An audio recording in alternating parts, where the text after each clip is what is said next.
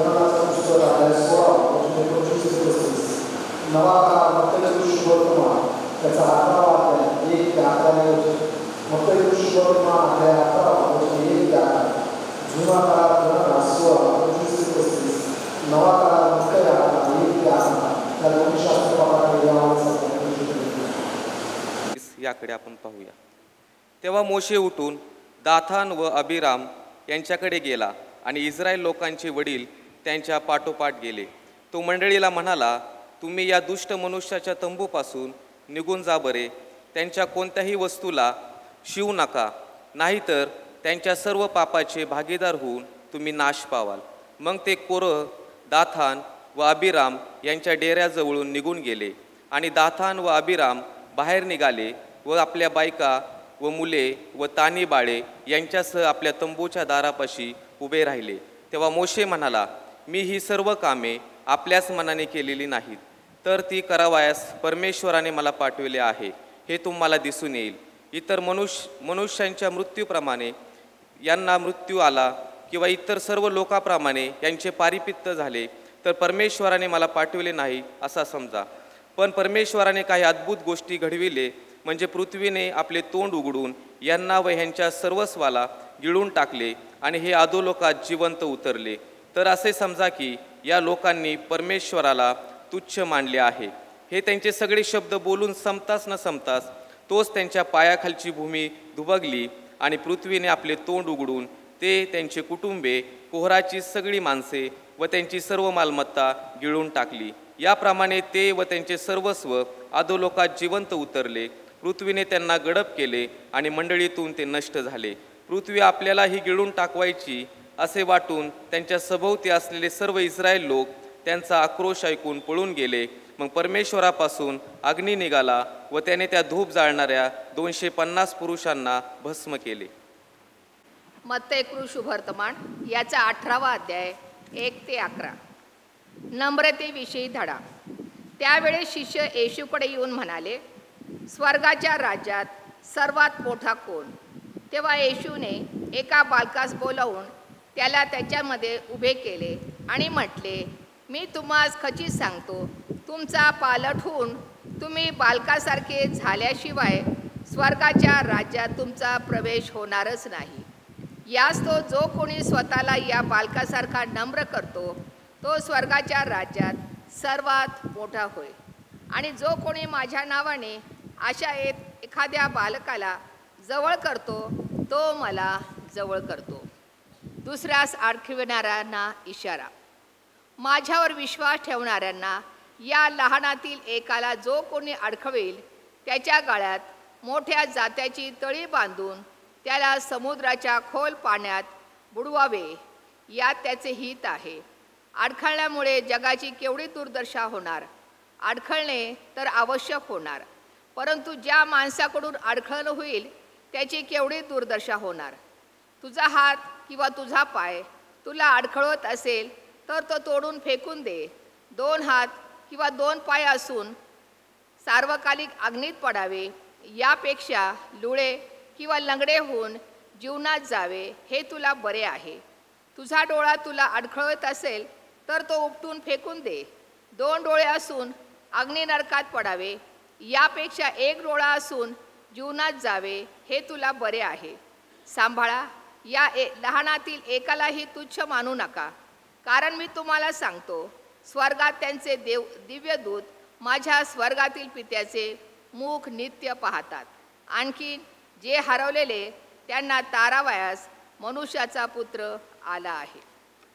युगानुयुगासाठी धन्यवाद देत आहे. डॉक्टर लूक प्रभू येशू ख्रिस्ताविषयी लिहिताना प्रेषितांच्या कृत्यांमध्ये 4था अध्याय आणि 12व्या वचनात असं म्हणतो की, कारण तारण दुसऱ्या कोणाकडून नाही, कारण जेणेकरून आपले तारण होईल असे दुसरे कोणतेही नाव आकाशाखाली व मनुष्यामध्ये दिलेले नाही. या आपण त्या प्रभू येशू ख्रिस्ताची स्तुती करूया, आपण त्या तारणाऱ्याची आराधना करूया.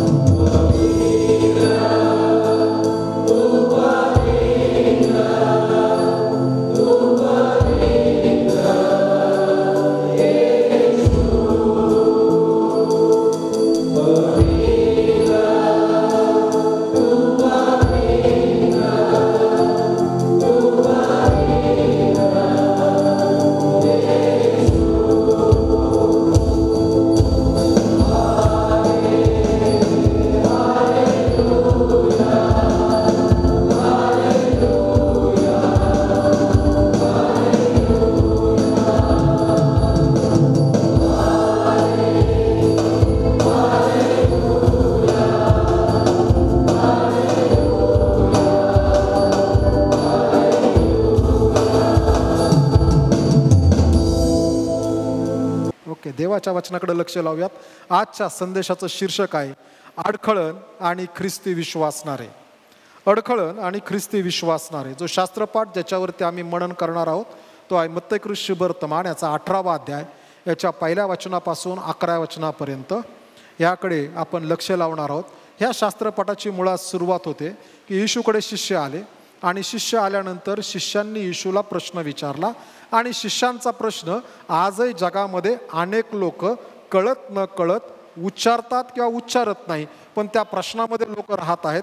आणि हा जो प्रश्न आहे की या प्रश्नाविषयी ते शिष्य येशूकडे येऊन म्हणाले, स्वर्गाच्या राज्यात सर्वात मोठा कोण? स्वर्गाच्या राज्यात सर्वात मोठा कोण? याकडे जग लक्ष लावतं. आणि शिष्यांनी तोच प्रश्न विचारला. शिष्यांनी ज्यावेळेस प्रश्न विचारला की स्वर्गाच्या राज्यात सर्वात मोठा कोण, अशाच प्रकारचा प्रश्न, परंतु शब्द तेच असावेत परंतु कृती निराळी आहे. ती योहान जो प्रेषित आहे आणि याकोब जो प्रेषित आहे यांची आई यांनी येशूला येऊन प्रश्न टाकला किंवा येशूला येऊन मागणं केलं. आणि ती असं म्हणते, ज्या वेळेस स्वर्गाच्या राज्यामध्ये आम्ही येऊ त्यावेळेस माझी इच्छा अशी आहे येशू की तुझ्या उजव्या हाताला माझ्या एका मुलाने बसावं आणि डाव्या हाताला माझ्या मुलाने बसावं. युगारंभापासून माणसामध्ये ही ओढचाड आहे की मोठा कोण, मोठा कोण. आणि ज्या वेळेस आम्ही देवाच्या राज्यामध्ये येतो तिथेही येशूच्या शिष्यांनी प्रश्न विचारला की मोठा कोण आहे. आणि येशूने या प्रश्नाचं उत्तर देत असताना कृतीसदृश्य प्रश्नाचं उत्तर दिलेलं आहे. आणि तिथं म्हणे, तेव्हा येशूने एका बालकाला बोलावून त्याला त्यांच्यामध्ये उभे केले आणि म्हटले, येशूने कृती केली, एक बालक बोलवलं, उभा केलं. आणि बोलवल्यानंतर येशू म्हणताना म्हणाला की, येशू म्हणतो, मी तुम्हाला सांगतो तुमचा पालट होऊन तुम्ही बालकासारखे झाल्याशिवाय स्वर्गाच्या राज्यात तुमचा प्रवेश मुळीच नाही. येशूला प्रश्न विचारला, स्वर्गाच्या राज्यात मोठा कोण? येशू उत्तर देतोय, स्वर्गाच्या राज्यात प्रवेश कोण करू शकतो? स्वर्गाच्या राज्यात प्रवेश झाल्याशिवाय स्वर्गाच्या राज्यातल्या गोष्टी आम्हाला समजणार नाहीत. आणि म्हणून येशू ख्रिस्त म्हणतो, मोठं कोण लहान कोण याला कुठल्याही प्रकारचं स्थान नाही. महत्वाचं काय आहे की स्वर्गाच्या राज्यात प्रवेश करणं. आणि स्वर्गाच्या राज्यात प्रवेश करण्यासाठी सर्वात चांगली गोष्ट आहे की बालकासारखं होणं. आणि मग तो म्हणतो बालकासारखं होणं गरजेचं आहे. ज्याप्रमाणे बाळक नम्र असतं त्याप्रमाणे स्वर्गाच्या राज्यात देवाची लोक नम्र असणं गरजेचं आहे. आणि मग ज्यावेळेस तो होतो आणि येशू याला लागून पुढचा वृत्तांत मांडतो, कारण येशूने त्याच्या लोकांना बालकासारखं होण्यासाठी बोलावलेलं आहे. आणि म्हणून तो असं म्हणतो, म्हणून माझ्यावर विश्वास ठेवणाऱ्या ह्या लहानातील कोणाला जो कोणी अडखळवेल त्याच्या गाळ्यात मोठ्या जात्याची तळी बांधून त्याला समुद्राच्या खोल पाण्यात बुडवावे, यात त्याचे हित आहे. प्रिय बंधू आणि भगिनींनो, ख्रिस्ती विश्वासणारे म्हटल्यानंतर आमचं जीवन गुलाबाच्या फुलावरून चालणारं जीवन नव्हे. येशू ख्रिस्त स्वतः म्हणताना म्हणतो की जर ओल्या झाडाचं असं केलं तर वाळलेल्याचं काय? येशूच्या जीवनामध्ये, येशूच्या जन्मापासून ते येशूच्या पुनरुत्थान होऊन स्वर्गामध्ये जाण्यापर्यंत येशूच्या जीवनामध्ये अनेक कठीण प्रसंग आहेत. या कठीण प्रसंगामध्ये असं पाहतो वेळोवेळी सैतानाने अडखळण आणण्याचा प्रयत्न केलेला आहे. आम्हाला फक्त असं वाटतं की येशूची परीक्षा अरण्यात झाली 40 दिवस उपवासानंतर आणि नंतर इकडं शेवटच्या सप्ताहामध्ये आम्ही ज्यावेळेस येशू वधस्त होतो. नाही, येशूची परीक्षा ही येशूच्या जन्माच्या अगोदरपासून सदैव चालू आहे की जिच्यामध्ये सैतान वारंवार अडखळण आणत आहे. आणि तो येशू म्हणतो, जर ओल्या झाडाचं म्हणजे जर माझ्या स्वतःचं येशूचं जर असं झालं की जो मी देवाचा एकुलता एक पुत्र आहे, तुम्ही तर माझ्यावर विश्वास ठेवून माझ्या मागणं, तर तुमच्या जीवनात पण अडखळण येणारच आहे. अडखळण ख्रिस्ती व्यक्तीच्या जीवनाचा अविभाज्य भाग आहे. तो येणार म्हणजे येणार. आणि म्हणून सर्वात पहिली महत्वाची गोष्ट आहे, अडखळण्याविषयीचं जे सत्य आहे त्याविषयी येशू स्वतः म्हणतो. आणि येशू कधीही खोटं बोलत नाही. येशूने सांगितलेल्या प्रत्येक गोष्टी 100% सत्य आणि सूर्यासारख्या स्पष्ट आहेत. आणि येशू म्हणताना असं म्हणतो की तो आल्यानंतर जर आम्ही पाहिलं 7 वचन, अडखळण्यामुळे जगाची केवढी दुर्दशा होणार? अडखळणे तर अवश्य होणार. अडखळण ख्रिस्ती व्यक्तीच्या जीवनामध्ये आवश्यक येणार म्हणजे येणार, आवश्यक येणार म्हणजे येणार. त्याला अडखळणाला दुसरा पर्याय नाही. अनेक वेळेस सध्याच्या ख्रिस्ती जगामध्ये लोकांना हे सांगितलं जातं, येशूवर विश्वास ठेवा, तुमच्या जीवनात सगळं काही नीट असेल. प्रिय बंधू आणि भगिनींनो, देवाचा पुत्र प्रभू येशू ख्रिस्त, जो मंडळीचा संस्थापक, ज्याने मंडळीसाठी आपल्या स्वतःच्या जीवाने आपली खंडणी भरून दिली, ज्याने मंडळीसाठी स्वतःला रिक्त केलं, तो प्रभू येशू ख्रिस्त म्हणतो की विश्वासणाऱ्यांच्या जीवनामध्ये अडखळण येणारच आहे. म्हणून जर आम्ही देवाची लेकरं म्हणून आमच्या जीवनामध्ये जर अडखळण येत आहे, तर ही त्याची पोचपावती आहे की आम्ही अडखळले जात आहोत. याचा अर्थ आहे की आम्ही देवाची लेकरं आहोत. सगळं काही गुढीगुढी, सगळं काही चांगलं म्हणजे देवापासून नव्हे. आमच्या सेवेमध्ये, आमच्या जीवनामध्ये, आमच्या आध्यात्मिक जीवनामध्ये, आमच्या कुटुंबांमध्ये अडखळण येणार म्हणजे येणार, हे येशूने आम्हाला स्वतःला सांगितले. परंतु सध्याच्या जगामध्ये काही मंडळी येऊन सारखं म्हणत आहे की हेल्थ अँड वेल्थ याची, तुम्ही येशूवर विश्वास ठेवला म्हणजे तुमच्याकडे सगळी संपन्नता असेल. तुम्ही येशूवर विश्वास ठेवला, तुम्ही आरोग्यदायी जीवन देता. तुम्ही येशूवर विश्वास ठेवला म्हणजे सगळं काही सारखं आहे, सगळं काही चांगलं आहे. प्रिय बंधू भगिनींनो, ज्या येशूमुळे आम्ही ख्रिस्ती झालेलो आहोत आणि ज्या येशूमुळे आम्हाला ख्रिस्ती म्हणून संबोधण्यात येतं, तो येशू स्वतः आम्हाला म्हणतो अडखळण येणार आहे. अडखळण येणार, 100% येणार. आज येईल, उद्या येईल, परवा येईल, येतच राहणार. ही अडखळण जोपर्यंत आम्ही जीवनामध्ये आहोत तोपर्यंत आमच्या जीवनामध्ये अडखळण येतच राहणार. आणि हे जे अडखळणं आहेत, ही अडखळणं आल्यानंतर शास्त्र आम्हाला असं म्हणतं, अडखळणामुळे जगाची केवढी दुर्दशा होणार. अरे, येशूने एकदम सिक्वेन्स बदलला. एक संदेश चालाय, येशू म्हणतो अडखळणामुळं किती जगाची दुर्दशा होणार. प्रिय बंधू भगिनींनो, देवाच्या लेकरांच्या अडखळणामुळं जगाची दुर्दशा होते. देवाच्या लेकरांच्या अडखळणामुळे अविश्वासणाऱ्यांची दुर्दशा होते. देवाच्या लेकरांमुळं जग आणि जगातले लोक ज्यांना ख्रिस्ताचा प्रकाश माहीत नाही त्यांची दुर्दशा होते. कारण की मागच्या वेळेस एक संदेश सांगितला होता, त्यात गहू आणि निधनाचा दाखला सांगितला होता. गहू आणि निधनामध्ये गहू वाढावं म्हणून तो मालक गव्हाच्या शेतामध्ये पाणी टाकतो, त्याच्यामध्ये फर्टिलायझर टाकतो, त्याच्यामध्ये खत टाकतो आणि त्याच वेळेस त्या ठिकाणी निधन पेरलं गेलेलं आहे. परंतु गव्हाला दिलेल्या गोष्टीमुळं निधन वाढत आहे. निधनाला स्पेशली ट्रीटमेंट नाही. निधन कशावर वाढत आहे तर गव्हाला दिलेल्या पाणी आणि खतावरती. आणि म्हणून जर समजा गव्हालाच जर तोडणी लागली, गहू जो आहे त्या गव्हालाच जर समजा आता अडखळण आहे, तर निधनाला कुठलाही आशीर्वाद भेटणार नाही. आणि म्हणून शास्त्र आम्हाला सांगताना सांगतं, मत्ती कृष्णवर्तमानातील डोंगरावरील प्रवचनामध्ये तो म्हणतो, तुम्ही पृथ्वीचे मीठ आहात. एकदा पृथ्वीमधून हे मीठ उचललं गेलं मग ह्या जगाची अवस्था फार भयंकर आहे. बरेच जण सध्या चर्चमधून मला म्हणत आहेत, पाळक साहेब तुम्ही बायबलसाठी जो विषय शिकवता तो चांगला आहे, परंतु आम्हाला असं वाटतं प्रकटीकरण पुन्हा एकदा शिकवा. कारण की आम्हाला बरेच वेळेस असं वाटतं काय घडतं काय समजत नाही, काय होते काय होत समजत नाही. अनेक वेळेस व्हॉट्सॲप युनिव्हर्सिटीमध्ये अनेक गोष्टी येतात आणि कुणीतरी सांगतं 666चं राज्य सुरू झालं, कुणीतरी सांगतं 7 वर्षाचा महासंकटाचा काळ सुरू झाला.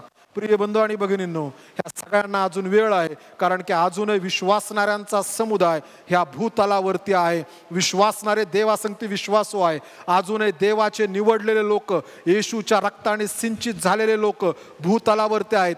मंडळी, ख्रिस्ताची खरी मंडळी आजही जगामध्ये आहे. ज्यावेळेस मंडळी वर उचलली जाईल तेथून पुढे मग महासंकटाच्या काळाची सुरुवात होणार नाही. त्याला आता जास्त काळ राहिलेला नाही, लवकरच हे घडेल याची आम्हाला खात्री आहे. कारण की प्रभू येशू ख्रिस्ताने जे काही आम्हाला अभिवचनं दिलेली आहेत किंवा दृष्टांत दिलेत, मत्ती 24 लुका शुभवर्तमानामध्ये जुन्या करारामध्ये 400 वेगवेगळ्या प्रकारची चिन्ह आणि 400 वेगळ्या प्रकारची माहिती आहे की जी प्रकटीकरणाच्या पुस्तकात आम्हाला पाहायला भेटते.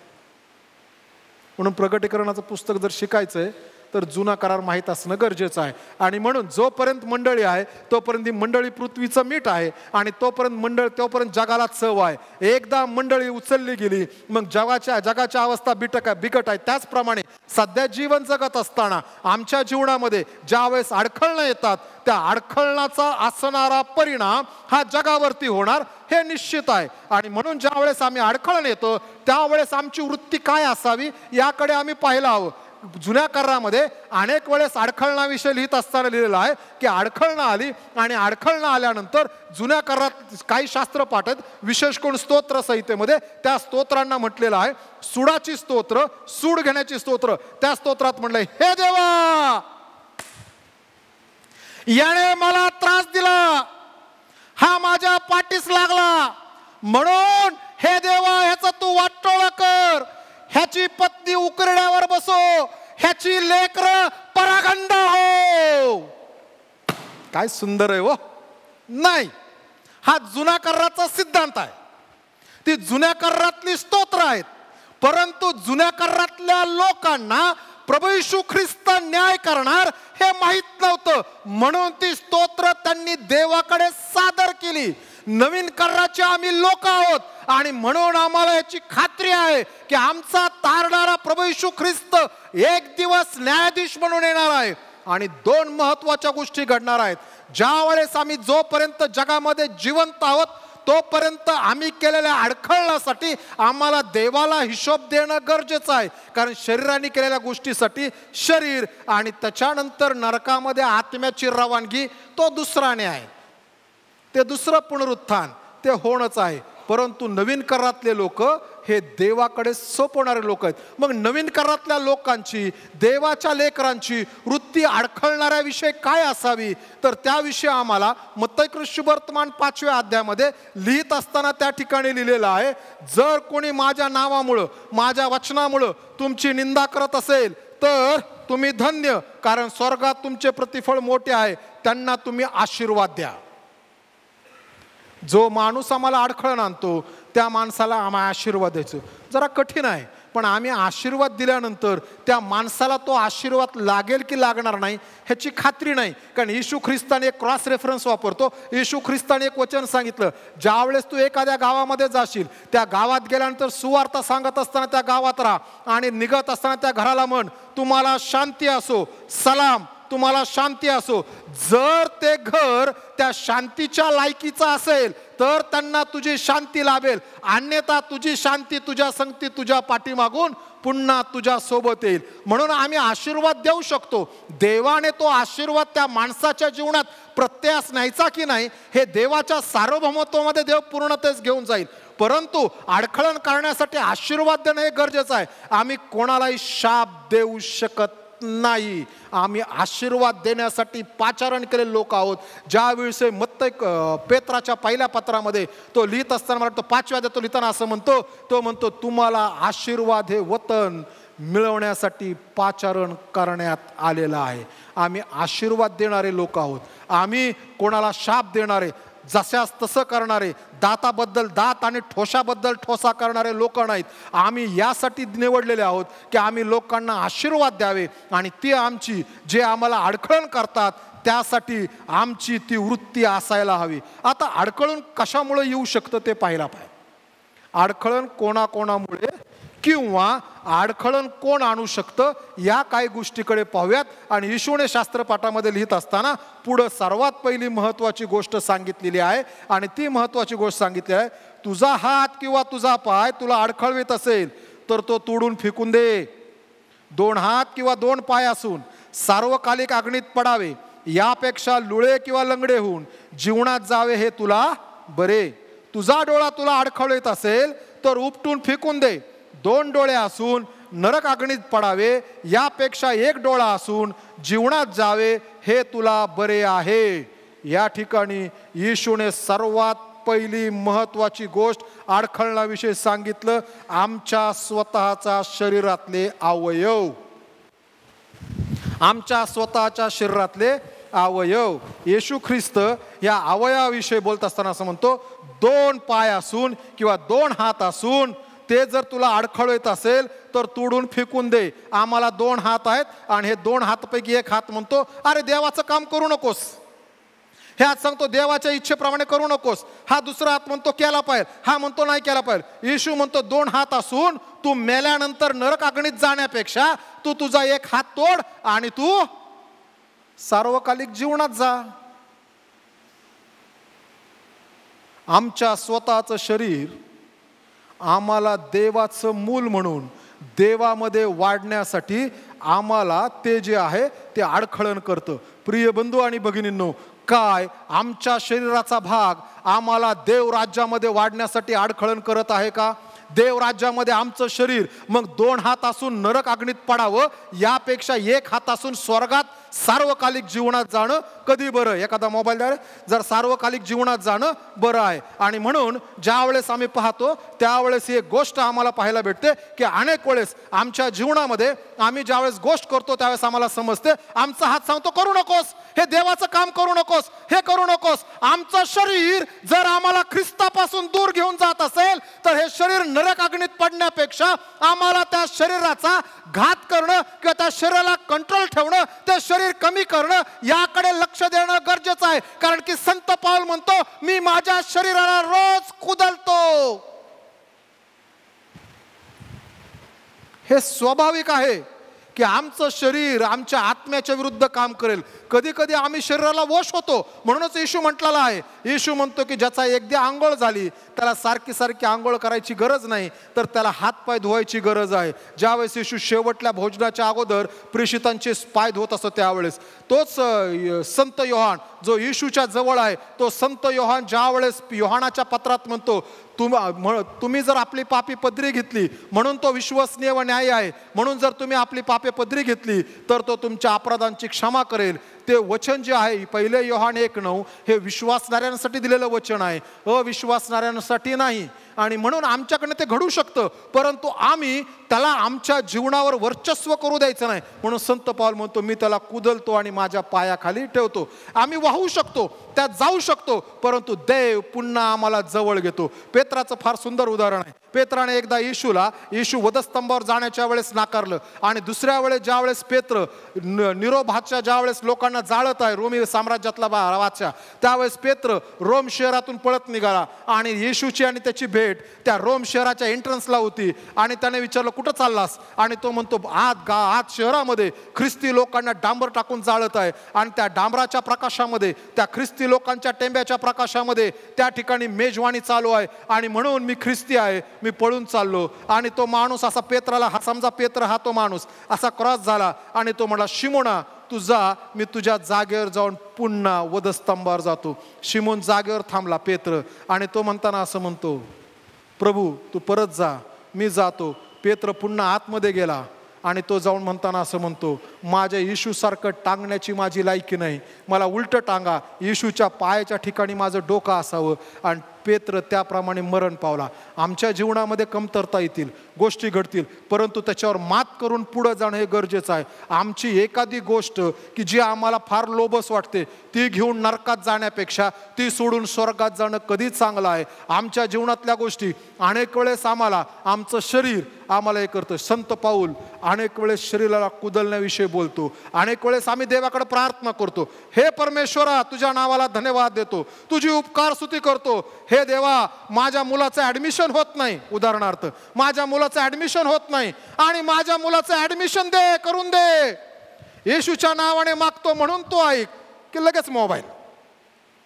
मला तर कधी कधी ह्या लोकांचा प्रश्न पडतो, हिथं देवाला प्रश्न सांगितला, देवाकडे प्रार्थना सादर केली, लगेच मोबाईलमध्ये काय देवाने उत्तर पाठवलंय का? आमचा मोबाईल अडखळण आहे का हो? मोबाईल म्हणजे बायबल नव्हे, बरोबर आहे ना? होय की नाही? का मोबाईल म्हणजे बायबल आहे? नाही. मोबाईल आहे. मोबाईलमध्ये सगळ्या 10-12 प्रकारच्या वेगळ्या गोष्टी आहेत. मोबाईल म्हणजे बायबल होऊ शकत नाही. मोबाईल आहे, नाही तर फक्त मोबाईल हा बायबल मधूनच ठेवायचा, दुसरं त्यात टाकायचंच नाही काही. प्युअरली पवित्र शास्त्र, पवित्र मोबाईल, त्यात दुसरं काही टाकायचं नाही. परंतु ह्या मोबाईलवरून तो शारोन असा, तो जय असा, तो रितेश असा, अरे निंदा होती, ह्याला आम्ही बायबल म्हणणार नाही, बरोबर आहे ना? आज चर्चला येताना किती लोकांनी आपलं स्वतःचं बायबल आणलंय हो.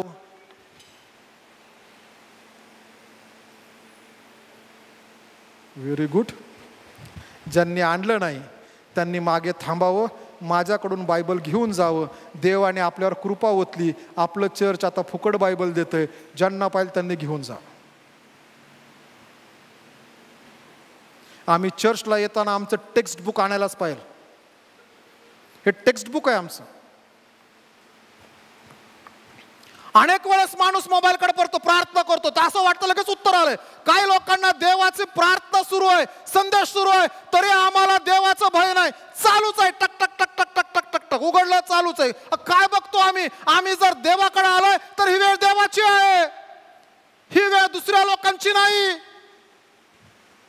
विचार करा, जर देवाने आम्हाला मोबाईल घेण्यासाठी ताकदच दिली नसती तर आम्ही मोबाईल घेऊन चर्चमध्ये गेम खेळत बसलो असतो का? मोबाईल मध्ये व्हॉट्सअप चेक केला असतं का? काय आमचा मोबाईल आमच्या आध्यात्मिक जीवनामध्ये अडखळण आहे का? आमचं टेलिव्हिजन घरातलं आमच्या जीवनात अडखळण आहे का?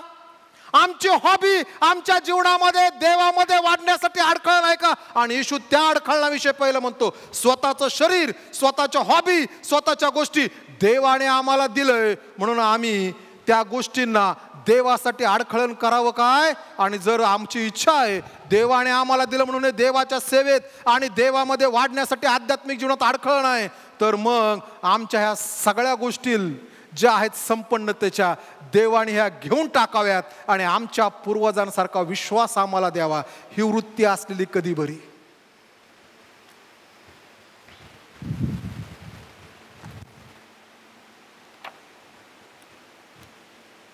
आमचं शरीर, आमच्या अवतीभोवतीच्या गोष्टी, आमच्या गॅजेट्स ह्या आम्हाला अडखळण करत आहेत का?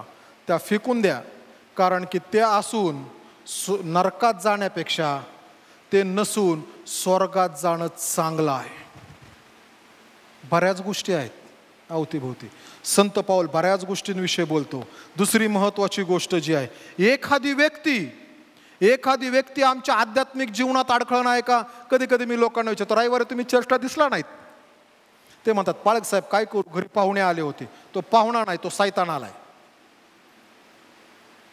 जो माणूस तुम्हाला चर्च पासून अडवतो, जो माणूस तुम्हाला देवाच्या भक्ती मंदिरामध्ये येण्यापासून अडवतो, तो सैतान आहे. तुम्ही मागच्या रविवारी चर्चला दिसला, पाळक साहेब पाहुणे येणार होते म्हणून मी बिर्याणी करत होते. अरे ती बिर्याणी सैतान आहे.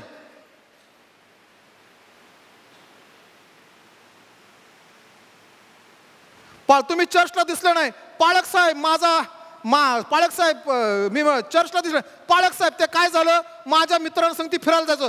तुमचं फिरणं हे सैतान आहे, कारण ते तुम्हाला देवापासून दूर घेऊन चाललं. आम्ही चर्चला काय येतो माहितीये का? यासाठी येत नाही, एंटरटेनमेंटसाठी. मी बऱ्याच वेळेस सांगितलं, आम्ही चर्चला येतो ना काहीतरी चांगलं ऐकलं कानाला म्हणून नाही. ह्या काळाची ती पद्धत आहे, कारण की स्वतः संत पाऊल तिमोथेच्या पत्रामध्ये म्हणताना असं म्हणतो, ते शेवटच्या काळी कानाची खाज जिरावी म्हणून स्वतःसाठी अनेक संदेश ते घेऊन येतील, आणि सध्या पुष्कळ आहेत.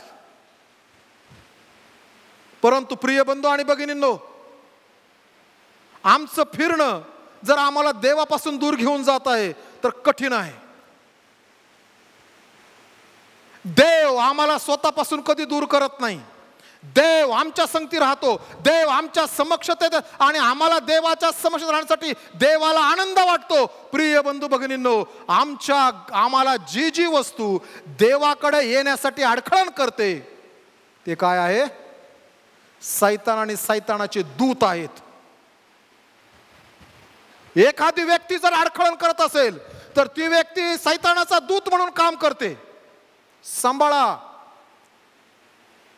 अशा लोकांसंगती जास्त बसू नका, कारण स्तोत्र संहिता 1 मध्ये स्तोत्रकर्ता म्हणतो, धन्य तो पुरुष जो दुर्जनाच्या मसलतीने चालत नाही, पापी जनांच्या मार्गात आणि धर्मनिंदकाच्या बैठकीत बसत नाही. 3 गोष्टी, चालणे, बसणे, उभा राहणे आणि बसणे, ह्या 3 गोष्टी जर होत असतील आणि ते जर आम्हाला देवापासून दूर कठीण आहे, मग आम्ही ओळखत असताना कसं ओळखावं? आमच्या जीवनामध्ये येणारी फळं आम्हाला हे सांगतात की आम्ही बरोबर देवासंगती आहोत का. आमचं फळ पवित्र आत्म्याच्या फळाच्या व्यतिरिक्त इतर फळं बायबलमध्ये आहेत की जे सांगतात हा माणूस ख्रिस्ती आहे. एखादी व्यक्ती अडखळण करते का, सांभाळायला पाहिजे त्या व्यक्तीपासून. अडखळण करणाऱ्या व्यक्तीपासून ती व्यक्ती अडखळण करते आणि मग त्या व्यक्तीनंतर आपण जाऊन देवा माझी क्षमा कर, तो असं बोलला, अजिबात नाही होणार हो. तिथंच त्या माणसाला म्हणायला पाहिजे तू चुकीचं बोलतोस. बरोबर आहे ना?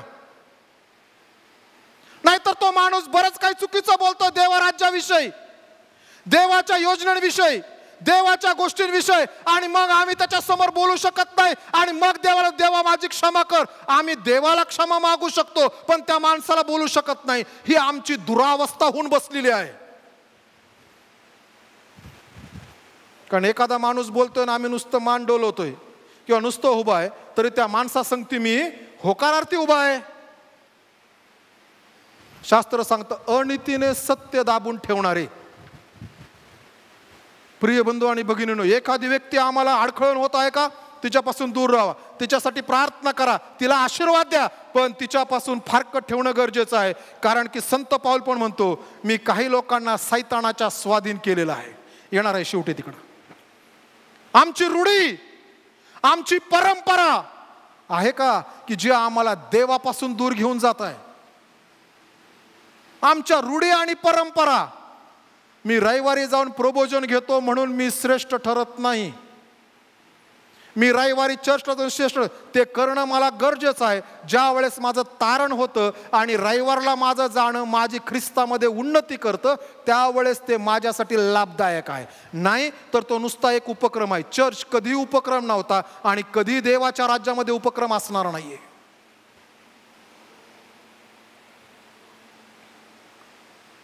एकदा एक जण सांगत होते, पाळक साहेब, ते अमुक अमुक व्यक्तीला म्हटलो की माझ्या संगती प्रार्थनेला चला. ते म्हणले आमच्या कमिटीला विचारा. मी म्हणलो देवाचा आत्मा कमिटी नाही ना. बरोबर आहे ना? बरोबर आहे की नाही? एक तर मग दोन गोष्टी घडतात. काय? सगळं उचलायचं आणि कमिटीच्या माथी मारायचं, मी मोकळा. बरोबर आहे ना? नाही तर दुसरी गोष्ट, मी आता अजून कमिटीलाच पवित्र आत्मा समजतो. प्रार्थनेसाठी त्याची परवानगी लागते का? एखाद्या माणसाने सांगितलं असं असं नाही लागत. उद्या एखाद्या माणसाने मला सांगितलं पाळक साहेब असं असं येता का? हा बाबा 4ला नाही 5ला नाही 6ला, सकाळी नाही दुपारी. वेळ आम्ही प्रत्येक जण आपापल्या कामात आणि सेवेत त्यानुसार आम्ही वेळ देऊन जाऊ शकतो. आणि मला असं वाटत नाही जगात कुठलंही वडील मंडळ प्रार्थनेला जायसाठी कोणाला विरोध करेल हो. नाही, उलटी सेवा होणं चांगली आहे. आणि मग जर आमचे विचार आम्हाला ह्या गोष्टीमध्ये जर अडखळत असतील तर ते अडखळण आहे ना. कधी कधी आम्ही एखाद्या माणसावर सहज टाकून देतो. नाही, ते देवाच्या राज्याकडे पाहून गोष्टी केल्या पाहिजे. तिसरी महत्वाची गोष्ट, आमच्या धार्मिक विधी. कधी कधी धार्मिक विधी लोकांना असं वाटतं मला स्वर्गात घेऊन जाईल. नाही, आमचं तारण आम्हाला स्वर्गात घेऊन जाईल. आम्ही ख्रिस्ताकडे आल्यानंतर माझी ख्रिस्तातली उन्नती मला स्वर्गात घेऊन जाईल. मी ख्रिस्ताला ओळखल्यानंतर जो ख्रिस्त मी ओळखला तो मला स्वर्गात घेऊन जाईल. प्रिय बंधू भगिनींनो, स्वर्गाच्या राज्यात प्रवेश करण्यासाठी वधस्तंभाच्या पायथ्याशी आल्याशिवाय दुसरा मार्ग नाही. मला दुसऱ्या गोष्टी स्वर्गात कधीही घेऊन जाणार नाहीत. तारणदायी कृपेमध्ये येशूचं मूल झाल्यानंतर आम्ही जे करतो ते आम्हाला बेनिफिटेड आहे, अन्यथा ते आम्हाला कधी लाभदायक ठरणार नाही. आमच्या रूढी, आमच्या परंपरा, जगाचे नियम. हो, आद्य ख्रिस्ती मंडळीमध्ये हा एक मोठा विषय होता. आणि विषय होता त्यावेळेस तर रोमी लोकांचं साम्राज्य होतं. आणि मग ख्रिस्ताची सुवार्ता कशी सांगायची? त्या काळामध्ये रोमी दरबारामध्ये जो धर्म आहे तो धर्म अप्रूव्ड होणं गरजेचं आहे, त्याशिवाय तुम्ही त्या धर्माचं पालन करू शकत नाही. आणि यहुदी धर्म रोमी साम्राज्यामध्ये हा त्यांनी मान्य केलेला धर्म होता, परंतु ख्रिस्ती धर्म नव्हता. आणि म्हणून ज्या वेळेस ते वाढू लागले त्यावेळेस सुरुवातीला रोमी साम्राज्याला असं वाटलं की हे ख्रिस्ती आणि यहुदी सारखेच आहेत. पण त्यानंतर यहुदी मतप्रणाली फारकत घेऊन राजाला सांगितलं, कैसराला आणि रोमी अधिकाऱ्यांना, हे वेगळे आहेत आम्ही वेगळे आहोत. आणि मग तिथून मंडळीच्या छळाची सुरुवात झाली. प्रिय बंधू भगिनींनो, कधी कधी जगाचे नियम आम्हाला पोषक नाहीत, परंतु ते आमच्या अडखळण्यासाठी काम करू शकतात. जगाच्या नियमापेक्षा देवाचे नियम फार. संस्कृती, कधी कधी संस्कृती आम्हाला अडखळण करते. आमची संस्कृती आहे, कठीण गोष्ट आहे. आम्हाला एकच संस्कृती आहे, बायबलची संस्कृती. बायबलची संस्कृती. आमचे मित्र, आमचे नातेवाईक हे आम्हाला कधी कधी अडखळण करतात. जाऊ नको चर्चला. चर्चला गेल्याने काय होतं? त्याच्यानंतर काही लोकांचे विचार हे आम्हाला अडखळणं. उदाहरणार्थ एखादा माणूस ख्रिस्ताकडे आला, तारण पावला, तो चांगलं झालं, गोष्टी नीट चालल्यात, आणि मग तो माणूस सहज म्हणताना एखादा समुदाय तो म्हणतो सौ चुवे खाके बिल्ली चलू इस्रायल को.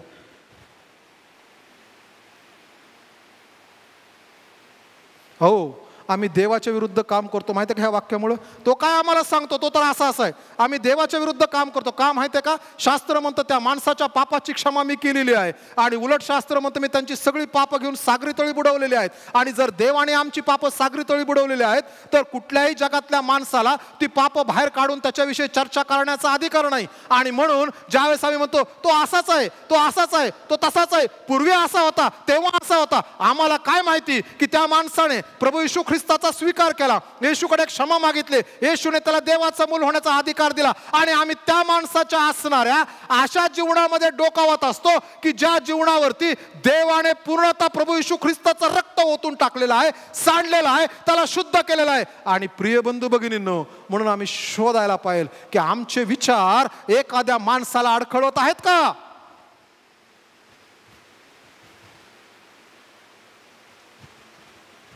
आमचं अडखळण काय हे आम्ही शोधायला पाहिजे.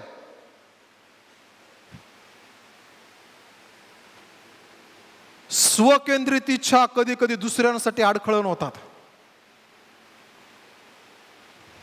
काही वर्षापूर्वी एका पाळक साहेबांना भेटलो, आणि ते पाळक साहेब म्हणले, पाळक साहेब माझ्यासाठी प्रार्थनेत आठवण ठेवा. मी म्हणालो काय झालं पाळक साहेब? ते म्हणाले अमुक अमुक कमिटी आहे, त्या कमिटीवरती मी अध्यक्ष म्हणून काम करतो. म्हटलं चांगली गोष्ट आहे. म्हणले पण हे डोकेदुखी झाली, हे देवाने मला दिलेलं आहे, परंतु अमुक अमुक माणूस आहे, त्याला हे अध्यक्षाचं पद हवं आहे, आणि म्हणून तो सर्व प्रकारची कुभांड आणि अफवा पसरवतो, आणि तो त्याच्या बाजूने लोकांना गोळा करत आहे. म्हणलं पाळक साहेब देवाशी विश्वासू राहा, देव त्या माणसाचा एक दिवस तुमच्या समोर न्याय करेल. कारण की देवाच्या राज्यासाठी हे पाळक काम करत होते, आणि ह्या माणसाच्या स्वकेंद्रितच्या ह्याला अध्यक्ष व्हायचं आहे तिथं, म्हणून तो ह्या माणसाचं नको जे नाही त्या अफवा पसरावं लागतात.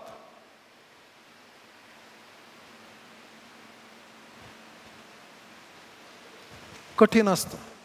अफवा आम्ही पसरू शकतो, ते थांबवू शकत नाही, पण त्यासाठी आम्हाला देवाला उत्तर द्यावं लागेल. उद्या जर मी म्हणताना म्हणलो वागळे पाळक साहेब असे असे आहेत, आणि ती जर अफवा असेल तर त्या अफवेविषयी त्याच्या संगती होत असणारा त्यांचा डॅमेज जो आहे, त्या सगळ्या डॅमेजसाठी मी जबाबदार आहे, आणि देवाला मला त्यासाठी उत्तर द्यावं लागेल. देवाच्या लेकरांपैकी देवाच्या राज्यामध्ये कुणी असो, त्याच्याविषयी जर मी एखादी अफवा पसरवतो, आणि ती पसरवत असताना त्या डॅमेजसाठी देव मला विचारेल की तू काय, कारण मी ह्या पापावर पांघरून घातलंय, मी सगळं हे केलं. एकदा एका माणसाने प्रश्न विचारला, आणि प्रश्न होता एका माणसाने विष घेऊन तो माणूस मरण पावला, आणि मरण पावून तो माणूस म्हटला पाळक साहेब तो माणूस स्वर्गात जाईल का नरकात जाईल? मी म्हटलो देवाने काही मला न्यायाधीश म्हणून नाही पाठवलं. तो म्हणला नाही पण पाळक साहेब शास्त्रात लिहिलेलं आहे जो आत्महत्या करतो तो नरकामध्ये जाईल. मी म्हटलं हे मला माहीत नाही, तुला माहीत नाही की तो मनुष्याने जीव सोडण्याच्या अगोदर त्याने येशूचा स्वीकार केला की नाही, येशूकडे पापाची क्षमा मागितली की नाही. बरोबर आहे ना? आमच्यापैकी काही लोकांना डायरेक्ट नरकामध्ये पाठवायला बसलेत. हे देवाकडं आहे, देव बघेल. अनेक वेळेस ख्रिस्ती विश्वासणारे प्रोटेस्टंट पंथातले लोक म्हणताना असं म्हणतात ती मदर तेरेसा जी आहे ती काय स्वर्गात जाणार नाही कारण की ती कॅथलिक होती. आम्हाला काय माहिती तिचं येशूचं काय नातं होतं, आम्हाला काय माहिती येशूचा तिने स्वीकार केला होता की नाही. प्रिय बंधू भगिनी, देवाने आम्हाला जगामध्ये त्याचं मूल म्हणून पाठवलेलं आहे, मनुष्य म्हणून. पण आम्ही मनुष्य राहायला पाहिजे. आम्ही देवाची जबाबदारी न्यायाधीशाची करायला नको. आमच्या स्वकेंद्रित इच्छांसाठी आम्ही देवाचं राज्य, देवाचे लोक याला आम्ही कधीही विटीस धरू नये. जगामध्ये जगामध्ये काही लोकांनी त्याचा प्रयत्न केला. लेवीचे पुत्र एलीचे पुत्र हफनी आणि फिनास यांनी तो प्रयत्न केला, आणि त्यांनी ते म्हणताना त्याच्या सेवकात जा देवाला अर्पण केलेलं जे आहे, देवाला अर्पण केलेलं त्यातून त्रिशूळ मार आणि घेऊन ये, त्रिशूळ मार आणि घेऊन ये. आणि ते याजक लोक म्हणे तुम्ही थांबा, तुमचा भाग तुम्हाला देणार आहे, आधी देवाला अर्पण होऊ द्यात. आणि ते म्हणायचे नाही देवाला अर्पण, आम्हाला हेच हवंय, आम्ही हेच घेऊन जाणार. देवाला समर्पित वस्तू, देवाला समर्पित लोक, देवाला समर्पित देवाचे सेवक, देवाला समर्पित जागा, जमीन, जुमला, वस्तू याचा ज्या वेळेस दुरुपयोग केला जातो त्यावेळेस देव हाफने आणि फिनास सारखा न्याय करतो. हे त्रिकालाबादी सत्य आहे बायबलचं. आणि म्हणून आम्ही सांभाळायला पाहिजे. आमच्या स्वकेंद्रित इच्छेसाठी आम्ही देवाच्या नियमापेक्षा जगाच्या नियमांना जास्त स्थान नाही देऊ शकत. नाही, बायबल सांगतं बरोबर आहे, पण आमचा जगाचा नियम सांगतो अजिबात नाही हो. आम्ही ख्रिस्ती का आहोत? जगाच्या नियमामुळं का बायबलच्या नियमामुळं? कशामुळं? देवाच्या नियमामुळं. आम्ही पाहायला पाहिजे अडखळण होऊ नये. कधी कधी आमचं खाणं लोकांसाठी अडखळण होतं ना हो? होतं की नाही? म्हणून मी नेहमी म्हणताना म्हणतो जीवन आणि जेवण हे दोन शब्द आहेत, फार जवळ आहेत. एक आहे जीवन, दुसरं आहे जेवण.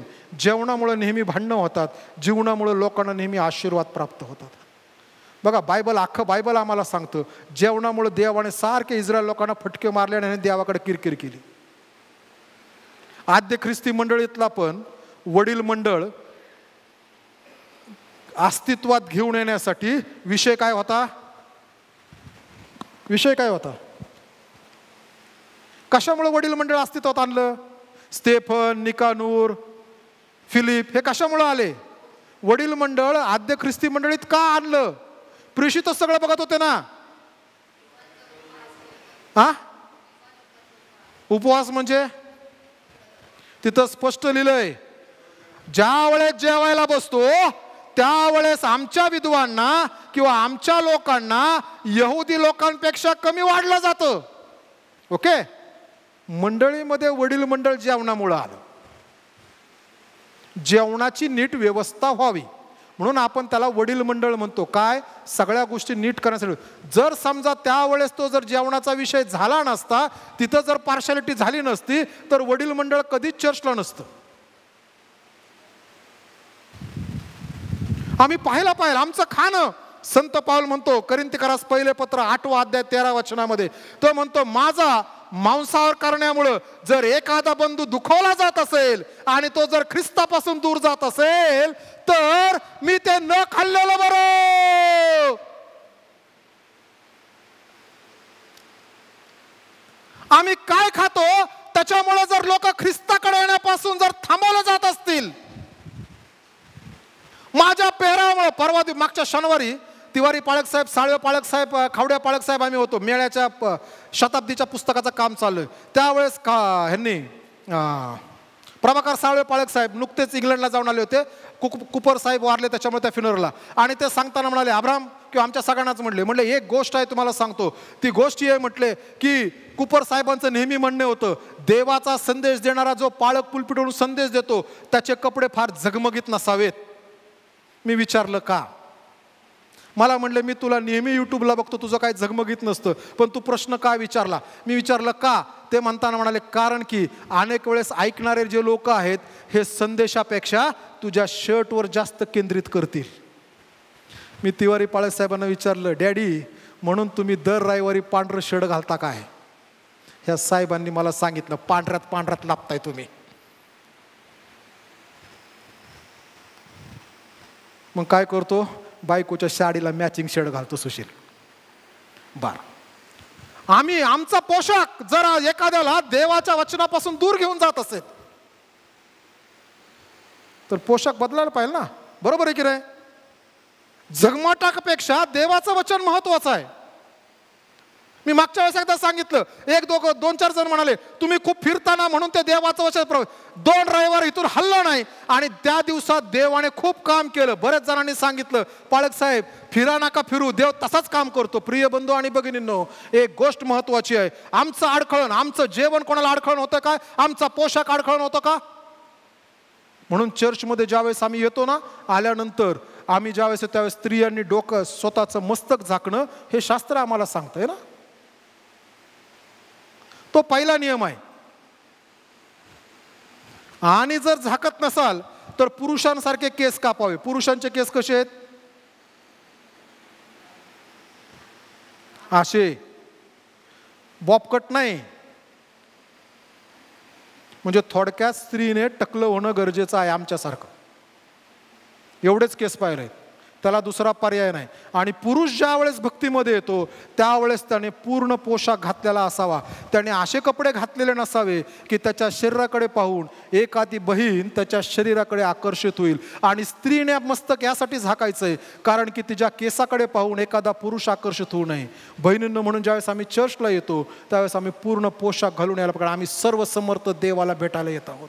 भावांनो, ज्यावेळेस आम्ही भक्तीमध्ये येतो त्यावेळेस आम्ही सर्व समर्थ देव की जो भस्म करणारा अग्नी त्याला भेटला येतो. म्हणून मी अनेक वेळेस पोरं आले ना, पोरांना खूण होतो, ते लगेच ओळखतात, अरे आपलं बटन उघड आहे ना. प्रिय बंधू आणि बघा, आमचं काय अडखळ नाही, दुसऱ्याला अडखळ नव्हतं का पाहायला पाहिजे. आता पुढची तिसरी महत्वाची गोष्ट अडखळ, तो असं म्हणतो 7व्या वचनात, परंतु ज्या माणसांकडून अडखळ होईल त्याची केवढी दुर्दशा होईल. अडखळण होणार हे निश्चित आहे. अडखळण कसं होऊ शकतं, कोणाकोणाकडून ते पाहिलं. स्वतःचं शरीर, स्वतःच्या वस्तू किंवा व्यक्ती, एखादी व्यक्ती, रूढी, परंपरा, धार्मिक विधी, जगाचे नियम, संस्कृती, मित्र, नातेवाईक, स्वकेंद्रित इच्छा किंवा आमचं खाणं पिणं आणि पेहराव, हे अडखळण दुसऱ्याला होऊ शकतं किंवा आपल्याला होऊ शकतं. परंतु जो माणूस अडखळतो किंवा जी गोष्ट अडखळते तो म्हणतो त्या माणसाची केवढी दुर्दशा होणार. आणि पवित्र शास्त्र ह्या असणाऱ्या अडखळण करणाऱ्या लोकांना देवाने दिलेल्या शिक्षेने गच्च भरलेला आहे की देवाने त्यांचा न्याय केला. सर्वात पहिलं लोटाची पत्नी, उत्पत्तीच्या पुस्तकामध्ये ते आम्हाला पाहायला भेटते. परमेश्वराने सदोम आणि गमोरा, सुरुवातीला परमेश्वराने अब्रामाला सांगितलं, अब्रामा तू आणि तुझा पुतण्या लोट एकमेकापासून विभक्त आहोत, तुमच्यात भांडणं होत आहेत. ते विभक्त झाले आणि शास्त्र असं म्हणतो लोटाने त्यावेळेस सगळीकडे नजर फिरवली. अब्राम म्हणला, तू जर पूर्वेकडे गेला तर मी पश्चिमेकडे जाईल. आणि ह्या लोटाने सगळीकडे नजर फिरवली आणि तो म्हणाला की त्याला त्यावेळेस सदोम आणि गमोरा देवाच्या बागेसारखा आणि मिसर देशासारखा हिरवागार दिसला. ह्या असणाऱ्या लोटाने ज्यावेळेस निर्णय घेतला त्यावेळेस निर्णय घेताना तो म्हणला, हिरवागार प्रदेश आहे म्हणजे माझी जनावरं जगतील, माझी मंडळी जगेल, ही वाढ होईल. आणि म्हणून तो सदोम गमोराकडे गेला. आणि शास्त्र म्हणतो तो टप्प्याटप्प्याने सदोमामध्ये जाऊन पोहोचला. सदोमातले लोक वाईट होते की ज्याच्याविषयी यहुदाच्या पत्रामध्ये आम्हाला वाचायला भेटतं पुन्हा, ते वाईट होते, त्यांच्याकडे असणाऱ्या गोष्टी चांगल्या नव्हत्या. आणि अशा ठिकाणी जाऊन पोहोचला. आणि मग एके दिवशी देवाने सांगितलं, मी सदोम आणि गमोराचा न्याय करणार आहे कारण की ह्यांच्या पापाची ओरड माझ्यापर्यंत येऊन पोहोचली. देव कोटपर्यंत माणसाचं सहन करतो जोपर्यंत त्या माणसाच्या पापाची ओरड देवापर्यंत जाऊ पोहोचत नाही. म्हणून स्तोत्रकर्ता म्हणतो, सगळे दुर्जन उत्कर्ष पावले म्हणजे त्यांचा कायमचा विध्वंस ठरलाच. त्या दिवशी सदोम आणि गमोराची हाक तिथपर्यंत गेली त्यांच्या पापाची. आणि देवाने माणूस पाठवला, अब्रामाशी भेट झाली, अब्रामाने मध्यस्थी केली. आणि मग त्या देवदूतांनी जाऊन सांगितलं, पळा पळा पळा. आणि पळत असताना माग काय बघू नका. माग बघाल तर तुम्ही मिठाचा खांब व्हाल. हे पळू लागले. लोट, त्याची पत्नी, 2 मुली पळू लागल्या. आणि पळता पळता लोटाच्या बायकोने मागं वळून पाहिलं आणि ती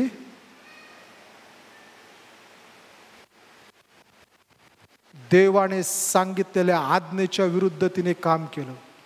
ती आपल्या कुटुंबासाठी अडखळत होती, देवाने दिलेल्या नियमासाठी ती अडखळत होती आणि म्हणून ती मिठाचा खांब झाली.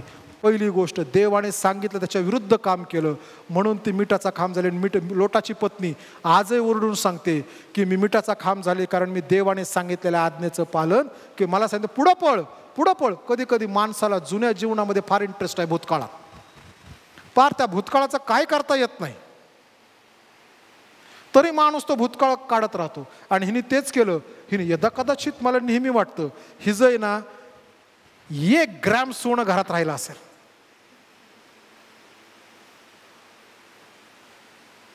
1 किलो नाही म्हटलं बरं का, 1 ग्रॅम. बहिणींनो, आज जर देव म्हणाला घरातून पळ, मागे बघू नकोस, तर अशी काय गोष्ट आहे की जी तुम्हाला तुमच्या मागे बघायला लावेल? भावांनो, अशी काय गोष्ट आहे की जी तुम्हाला मागे वळून आपल्या घराकडे बघायला? देव म्हणतो पळ पळ, मी तुला आणि तुझ्या कुटुंबाला वाचवणार आहे. असं काय आहे की जे आम्हाला त्या जहाजाला लावलेल्या अँकर सारखं, हुकासारखं आम्हाला धरून ठेवतोय? काय आहे ते सोडणं गरजेचं आहे. जोपर्यंत जहाजाचं हुक, तो अँकर सोडला जात नाही तोपर्यंत जहाज समुद्रात जाणार नाही. अशी काय गोष्ट आहे बहीण आणि भावांनो की जे आम्हाला देव म्हणतो पळ, आणि लोटाच्या पत्नीसारखं आम्हाला मागं वळून पाहायला लावते. जॉन पॅट नावाचा मनुष्य बायबल कॉलेजमध्ये हा मुलगा शिकत होता. डिग्री पूर्ण व्हायला आली आणि डिग्री पूर्ण व्हायला आल्यानंतर ह्याला देवाने सांगितलं पूर्ण होत असतानाच, जॉन तुला न्यू हिब्रिडीज बेटावरती सेवा करण्यासाठी जायचं आहे. जॉन देवाला हे नाही म्हटला अजून माझं बायबल कॉलेज पूर्ण व्हायचं आहे. जॉन देवाला हे नाही म्हटला, हे देवा मी तर आता ट्रेंड पाळक होणार आहे, थिओलॉजिकली ट्रेंड. थिओलॉजिकली पूर्ण जीवनात कुणी ट्रेंड होत नाही. कारण संत पावलासारखा माणूस म्हणतो मला जे दिसतं ते अस्पष्ट आहे आणि स्वर्गात गेल्यावर मला परिपूर्णता प्राप्त होईल. अपूर्णता आज आहे, परिपूर्ण. तर जगामध्ये कोणी माणूस 100% थिओलॉजिकली ट्रेंड होऊ शकत नाही. संत पाऊल झाल्यानंतर दुसरा कोणी होईल. परंतु जॉन हे म्हणला नाही मी थिओलॉजिकली ट्रेन आहे म्हणून दुसऱ्या कोणाला तरी पाठव. जॉन हे म्हणला नाही मी नाही दुसऱ्याला पाठव. जॉन म्हणाला देवा तू जर मला म्हणतो न्यू हिब्रिडीज बेटावरती सेवा करण्यासाठी जा तर मी जायला तयार आहे. आणि जॉन न्यू हिब्रिडीज बेटावरती सेवा करण्यासाठी गेला. किनाऱ्यावरती स्वतःचा तंबू टाकला. तो आणि त्याची पत्नी दोघंजण तंबूत राहून ह्या लोकांशी बोलण्याचा प्रयत्न करायचे. बराच कालावधी गेला आणि कालावधी गेल्यानंतर त्या गावाचा प्रमुख जॉन संगती बोलू लागला आणि त्याने ख्रिस्ताचा स्वीकार केला. तो येशूकडे आला. ज्यावेळेस तो येशूकडे आला त्यावेळेस आल्यानंतर ह्या गावाच्या प्रमुखाने जॉनला विचारलं, जॉन तुझ्या तंबूच्या अवतीभोवती रोज सैन्य कुठून उभं राहतं? कारण न्यू हिब्रिडीज बेट ज्या ठिकाणी हा जॉन गेला होता त्या ठिकाणचे लोक हे नरभक्षक लोक होते. जॉनला मारलंच असतं. तुझ्या अवतीभोवती तुझ्या तंबूभोवती रोज सैन्य कुठून येतं? आणि जॉनला समजलं देव त्याचे देवदूत माझ्या संरक्षणासाठी पाठवतो. जॉनची पत्नी आणि मुलगा दोघं मरण पावले तिथं आजारामुळं. मरण पावल्यानंतर ज्यावेळेस त्यांना पुरलं त्यावेळेस हा जॉन त्यांच्या कबरेवर रात्री झोपायचा. कारण की ह्या गावातले सगळे विश्वासणारे नव्हते. कुणीतरी येऊन माझ्या पत्नीचं प्रेत बाहेर काढेल, माझ्या मुलाच्याकडे त्याचं मांस खातील. कारण हे कॅनिबल्स होते, नरभक्षक होते, खातील. आणि म्हणून कितीतरी महिने आणि वर्ष तो त्यांच्या कबरीवर झोपायचा कारण कोण येत नव्हतं. आणि देवाचे दूत त्याला संरक्षण द्यायचे. प्रिय बंधू भगिनींनो, अशी काय गोष्ट आहे की जी मला ओढून ठेवते मागे? जाऊ नकोस. लोटाची पत्नी तिची दुर्दशा झाली. दुसरी जो शास्त्रपाठ आम्ही वाचला गणनाचा पुस्तक 16 अध्याय 25 ते 35 वास्तविकता पूर्ण गणनाच्या पुस्तकामध्ये घटना आहे. कोरह, दातान आणि अबिराम यांनी मोशे विरुद्ध बंड केलं. देवाच्या नियमाच्या विरुद्ध बंड केलं. त्यांना देवाच्या नियमापेक्षा स्वतःचे नियम त्यांना चांगले वाटले. ते म्हणले देव फक्त ह्याच्याद्वारेच बोलतो का? देव फक्त मोशे आणि आरोन ह्यांनाच बोलतो का? देव फक्त मोशे आणि आरोन ह्यांनाच देवाने सेवा दे. होय, आणि देवाने मोशे आणि आरोन ह्यांना दिलेली सेवा ही त्यांच्या जीवनकालासाठी दिलेली सेवा होती. म्हणून आरोनानंतर वास्तविक पाहता आरोनासाठी तर आरोनाची जी सेवा होती ती आरोनानंतर त्याच्या पुढच्या पिढीलाही जाणार होती. मोशेची सेवा त्याच्या काळापुरतीच होती, जितक्या वर्ष तो जगेल तितक्या वर्ष. परंतु ह्या तिघांनी कुभांड केलं. ह्यांनी नवीन 250 लोक याजक तयार केले की जे याजक हे करतील. आणि मोशे म्हणतो नाही हे होणार नाही, नाही हे होणार नाही. तुम्ही देवाच्या विरुद्ध काम करतात, देवाच्या नियमाच्या विरुद्ध जातात, देवाच्या असणाऱ्या उदात्त हेतूला तुमचं अडखळण होत आहे, तुम्ही हे करू नका. आणि ते ऐकायला तयार नाहीत. आणि त्यावेळेस मग आम्ही वाचलेला शास्त्रपठे उभा राहतो. मोशे म्हणतो मी त्यांच्याकडे निघालेलो आहे. जर मला दिलेल्या गोष्टी ह्या देवापासून आहेत तर एक गोष्ट घडेल.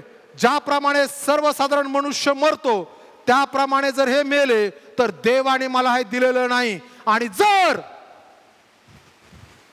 हे त्याच्यापेक्षा वेगळे मेले तर हे दिलेली सेवा देवाने मला दिलेली आहे हे सिद्ध होईल मला आणि आरोनाला. त्याच्यामुळे ते जे करतात ते देवाचे अडखळण करणारे आहेत देवाच्या सेवेसाठी. आणि त्या ठिकाणी निघाला आणि निघाल्यानंतर मोशेच्या तोंडाचे शब्द संपले आणि शास्त्र म्हणतं जमीन फाटली आणि ते स्वदेही जिवंत आधोलोकात उतरले. देवाच्या असणाऱ्या उदात्त हेतूला अडखळण केलं. कारण जगाचा नियम पाळा. शास्त्र म्हणतो पुढं 250 लोकही मेले. त्यानंतर पुढचा वृत्तांत आहे. 12 जण वचनदत्त देश हेरायला गेले. दुधामादाच देश. तिथून आल्यानंतर 2 जण म्हणले देव हा देश आम्हाला देत आहे. 10 जण म्हणले देव देत नाही, असं आहे तसं आहे तसं आहे. ह्या 10 जणांमुळं ते 10 जण तर मेलेच, पण त्यांच्या संगती 6 लाख यहुदी पुरुष आणि त्यांची कुटुंब जेवढी सज्ञा ती सगळी मरण पावली. कारण की ते देवाच्या असणाऱ्या योजनेमध्ये आड आले. ज्यावेळेस आम्ही देवाच्या योजनेत अडखळण आणतो, देवाच्या सेवेत अडखळण आणतो, त्यावेळेस आमची गत ह्याच्यापेक्षा निराळी होणार नाही. पुढं मोशेची बहीण मिरियम, ती म्हणाली काय देव फक्त मोशेशीच बोलतो का? हिला का वाटलं माहितीये का, हिने एक गीत गायलं ना तांबडा समुद्र पार केल्यानंतर, आणि तिला वाटलं देवाने जर माझी स्तुती मान्य करून घेतली तर ह्याचा अर्थ फक्त देव मोशेशी बोलत नाही. वास्तविक पाहता देवाने मिरियमला तेवढ्या गीतापुरतंच पाचारण केलेलं होतं. तो जुना करार आहे. ती म्हणली काय देव फक्त मोशेशी बोलतो का? मोशेने ऐकलं की नाही याविषयी शास्त्र काही सांगत नाही, पण शास्त्र म्हणतं ती नखशिखांत कोडाने भरली. नखशिखांत ती कोडाने भरली. आणि मोशे पुन्हा हे देवा जाऊ दे क्षमा कर. देव म्हणतो हिच्या तोंडावर हिचा वडील जर थुकला असता तर ही 7 दिवस लज्जेने बसली असते. 7 दिवस राहू देत कोडात, तिला आयुष्यभर समजेल की माझ्यामध्ये अडखळण करायचं नाही. नवीन कर्रा त्याच्यानंतर आणखीन एक मनुष्य आहे. नवीन कर्रामध्ये आल्यानंतर यहुदा इस्करियोत काय झालं हो, देव राज्याला अडखळण करण्याचा प्रयत्न केला. येशूला वधस्तंभावर जाण्यासाठी त्याने अडखळण करण्याचा प्रयत्न केला आणि तो शेवटी पोट फुटून मरण पावला. इस्रायलमध्ये आजही तुम्ही गेला तर तुम्हाला झाड दाखवतात, जुडा इस्करियोत ट्री. ते जे झाड आहे ना ते कुस्क झाड आहे, त्याला माणूस लटकला की फांदी तुटते. परंतु स्तोत्रामध्ये म्हणले तो लटकला, पण लटकल्यानंतर तो खाली पडला, त्याचं पोट फुटलं आणि मग तो मरण पावला. यहुदा इस्करियोतने देवाच्या उदात्त हेतूमध्ये अडखळण केलं आणि देवाने त्याचा न्याय केला. हनन्या आणि सफीरा प्रेषितांची कृत्य 5वा अध्याय. सगळं काही नीट चाललं होतं. जो तो आपली धन दौलत आपली जमीन विकत होता आणि पैसे प्रेषितांच्या चरणाशी आणून देता, आणि ह्या दोघांच्या मनामध्ये सैतानाने बी पेरलं, सगळे कशाला देतोय, थोडं ठेव. आणि या दोघांनी संगनमताने ठेवलं आणि शास्त्र म्हणतं ते दोघंही मरण पावले. मंडळी त्यावेळेस वृद्धीच्या ह्याच्यात होती आणि त्यावेळेस ते मरण पावले देवाने, कारण की देवाच्या नियमामध्ये अडखळण झाले. पुढे आल्यानंतर प्रेषितांची कृत्य 8वा अध्याय. शिमोन जादूगार. शिमोन जादूगाराची इच्छा चांगली आहे परंतु त्याचं मागणं चुकीचं आहे. तो प्रेषितांना म्हणाला मलाही असा आत्मा द्या, मी ज्याच्या कोणा डोक्यावर हात ठेवल त्याला देवाचा आत्मा मिळेल. आणि प्रेषित म्हणाले तुझ्या पैशाचा तुझ्या संगती नाश हो. आणि मग तो देवा तो क्षमा मागतो, तुम्ही सांगितलेल्या गोष्टीपासून माझी क्षमा करा, मला हे नकोय, हा आत्मा नसेल तरी चालेल पण मला देवासंगती राहायचंय, कारण की यापेक्षा देवासंगती राखणं चांगलं आहे. त्यांनी त्याला शिक्षा दिली. त्याच्यानंतर 1 तिमोथी 1 अध्याय 20 वचन. त्या ठिकाणी 1 तिमोथी याचा 1 अध्याय 20 वचन. ज्यावेळेस आम्ही त्या ठिकाणी येतो त्यावेळेस संत पाऊल ह्या तिमोथ्याला पत्र लिहितोय आणि पत्र लिहित असताना त्या तिमोथ्याला सांगत असताना तो सांगतो तिमोथ्या ज्या शहरामध्ये तू आहेस ह्या शहरामध्ये काही लोक आहेत की ज्या लोकांनी मला त्रास दिला. इफिस शहर हे कठीण शहर होतं. इफिस शहरामध्ये खूप गोष्टी कठीण होत्या आणि म्हणून ज्यावेळेस आम्ही पाहतो 1 तिमोथी 1:20 मध्ये आल्यानंतर तो म्हणतो 18 वचन, माझ्या मुला तिमोथ्या तुझ्याविषयी पूर्वी झालेल्या संदेशानुसार ही आज्ञा मी तुला सांगून ठेवतो की तू त्यांच्याद्वारे सुयुद्ध कर, विश्वास व चांगला विवेक भाव धर. कित्येकांनी हा जुगारून दिल्यामुळे त्यांचे विश्वासरूपी तारू फुटले आहे. त्यात हुमणाय व अलेक्सांद्र हे आहेत. त्यांनी कुणी हुमणाय आणि अलेक्सांद्र त्यांनी निंदा करण्याचे सोडून देण्यास शिकावे म्हणून मी त्यांना सैतानाच्या स्वाधीन केले आहे. प्रिय बंधू भगिनींनो, निंदा देवाच्या राज्यासाठी अडखळण आहे आणि म्हणून आम्ही सांभाळायला पाहिजे. एकदा मी कुठेतरी म्हणलो निंदा आणि धंदा संगती होत नाही. निंदा आणि धंदा, एखादा व्यवसाय चालू असेल ना त्या व्यवसायाच्या ठिकाणी जर निंदा होत असेल तर कधी होणार नाही. प्रिय बंधू आणि भगिनींनो, हे निंदा करत होते आणि निंदा नेहमी स्वकेंद्रित आहे. मी चांगला आहे हे दाखवण्यासाठी दुसरा विषय करणे, आणि तो म्हणतो मी त्याला सैतानाच्या स्वाधीन केलं. सैतानाच्या स्वाधीन करणे याचा अर्थ आहे मी त्याला तिकडं सोपून दिलंय. जोपर्यंत तो नीट होत नाही त्याला आपण म्हणतो वाळीत टाकणे. मी त्यांच्याशी बोलत नाही कारण की त्याने निंदा करण्याचं सोडून द्यावं. प्रिय बंधू भगिनींनो, एक निंदा करणारा आणि ती निंदा ऐकणारे सगळे सारखेच असतात. आणि म्हणून स्तोत्र 1 मध्ये स्तोत्र करतो, धर्मनिंदकांच्या बैठकीत तो बसत नाही. शब्द फार सुंदर आहे, धर्मनिंदक. धर्मनिंदक म्हणजे काय? धर्म आणि निंदक. ज्या ठिकाणी धर्माची निंदा केली जाते, ज्या ठिकाणी देवाच्या वचनाची निंदा केली जाते, ज्या ठिकाणी देवाचं वचन असं नाही असं केलं जातं, ज्या ठिकाणी आम्ही देवाच्या वचनापेक्षा दुसऱ्या गोष्टींना स्थान देतो, त्याला आपण म्हणतोय धर्मनिंदा. प्रिय बंधू आणि भगिनींनो, जे आडखळण करणार आहेत त्यांची केवढी दुर्दशा होणार. बरीच उदाहरणं सांगितली, अजून पुष्कळ शास्त्रामध्ये आहेत.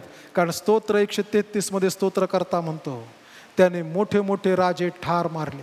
बाशाणाचा राजा गेला, त्याने ठार मारले. त्यावेळेस मोठे राजे त्यांनी इस्रायलाविरुद्ध निंदा केली. देवाने इस्रायलासाठी जे दिलं होतं त्याविरुद्ध ते काम करू लागले. म्हणून सांभाळा, आम्ही नेहमी हा विचार केला पाहिजे, काय मी एखाद्या वैयक्तिक व्यक्तीसाठी आडखळण होतो का? देवाच्या एखाद्या योजनेसाठी आडखळण होतो का? परमेश्वराने मंडळीला कशासाठी पाचारण केलेलं आहे? शास्त्र आम्हाला सांगतं मंडळीचा हेतू लोकांना ख्रिस्तासाठी जिंकणे आणि त्यांना परिपक्व होण्यास सहाय्य करण्यासाठी बोलावलेला आहे. ह्याच्याशिवाय आणि ह्या 2 गोष्टींना जर आम्ही सोडून इथं करतोय तर देव आम्हाला विचारेल, तू काय केलंस? तू आडखळण झालास. कशासाठी आडखळण झालास? मंडळीच्या वृद्धीसाठी आडखळण झालास. आणि मंडळीच्या वृद्धीसाठी आडखळण होणारे लोक ह्यांना देव शिक्षा केल्याशिवाय राहत नाही. आडखळण होणाऱ्याची केवढी दुर्दशा होणार, दुर्दशा होणार हे निश्चित आहे. आम्ही चुकू शकतो, पण एकदा चूक, 2दा चूक, 3दा चूक, त्यानंतर त्यातून बदलून बाहेर येतो आणि देव त्यांनाही क्षमा करतो. कारण शास्त्र म्हणतं 7च्या 70 वेळेस. पण मनुष्याने जर ती सवयच लावून घेतली तर कठीण आहे. आम्ही एखादी गोष्ट करताना आडखळ जर आम्ही विचार केला पाहिजे, मी जी ही गोष्ट करत आहे यामुळं देवाच्या लेकरांना, देवाच्या मंडळीला, देवाच्या समर्पित वस्तू, देवाच्या समर्पित व्यक्ती, देवाला समर्पण केलेल्या जागा, देवाला समर्पण केलेले उद्दिष्ट, देवाला समर्पण केलेल्या योजना, देवाला समर्पित केलेले दृष्टांत, देवाने दिलेले दृष्टांत, याला जर मी आडखळण होत असेल तर कठीण आहे. प्रिय बंधू भगिनींनो, आमची दुर्दशा झाल्याशिवाय राहणार नाही. उभा राहूयात, प्रार्थना करू. त्यानंतर प्रभूने शिकवलेली प्रार्थना, आशीर्वाद आणि ख्रिस्त पावित्र्य शांती गीत म्हणून उपासनेचा समारोप करूयात. हे प्रभुदेवा, आम्ही तुझ्या नावाला धन्यवाद देतो, स्तुती करतो, उंचावतो. परमेश्वरा, तुझा पुत्र प्रभू येशू ख्रिस्त आम्हाला म्हणतो ख्रिस्ते असल्यामुळे आडखळण येणार आहे. आडखळण कुठून कुठून येऊ शकतं हे तू आम्हाला दाखवलंस, आणि म्हणून तो आम्हाला सांभाळ, आमचा सहाय्य करता आणि पुढारी हो, आणि त्याद्वारे तुझ्या नावाचं गौरव तू करून घे. आम्ही आडखळणाच्या पलीकडचा कृपा दे. आणि हे परमेश्वर, आम्ही प्रार्थना करतो, आम्ही तुझ्या लेकरांसाठी, तुझ्या मंडळीसाठी, तुझ्या योजनेसाठी, तुझ्या दृष्टांतासाठी, तुझ्या परमेश्वरा असणाऱ्या द्राक्षमळ्यासाठी, तुझ्या असणाऱ्या योजनेसाठी आम्ही आडखळण बनू नये म्हणून तो आमचा सहाय्य करता, पुढारी, आमचा मार्गदर्शक तू. आम्हाला तू चालीव, तुझ्या कृपेमध्ये राख, तुझी कृपा आम्हासोबत असू देत. आम्हाला परमेश्वरा तू शिष्यत्वामध्ये प्रत्येक वेळेस वारच्या पायरीवर घेऊन जा. आम्हाला अधिक प्रौढतेकडे घेऊन जाणार तू दे बाप, तू हो आमचा मार्गदर्शक. तू विभक्त होत असताना तुझी कृपा आमच्या संगती असू दे. प्रार्थना येशूच्या द्वारे मागतो म्हणून तो ऐक. आमेन. हे आमच्या स्वर्गातील पित्या, तुझे नाम पवित्र मानले जाओ, तुझे राज्य जसे स्वर्गात तसे पृथ्वीवरही, तुझ्या इच्छेप्रमाणे आमची रोजची भाकर आज आम्हास दे, आणि जसे आम्ही आमचे ऋणे असरून सोडले आहेत तसेच तू आमचे ऋणे आम्हास सोड, आणि आम्हास परीक्षेत आणू नकोस तर आम्हास वाईटापासून सोडे, कारण की राज्य, सामर्थ्य आणि गौरव ही सर्व काळ तुझीच आहेत. आमेन. आता शांतीने जा आणि सुखाने राहा, म्हणजे देव जो बापाची प्रीती, तारणाऱ्या प्रभू येशू ख्रिस्ताची कृपा आणि प्रेमळ पवित्र आत्म्याची सहभागिता आम्हातील प्रत्येकाबरोबर, देवाच्या सर्व लेकरांबरोबर आता आणि येशूचे दुसरे येणे होईपर्यंत असो. आमेन.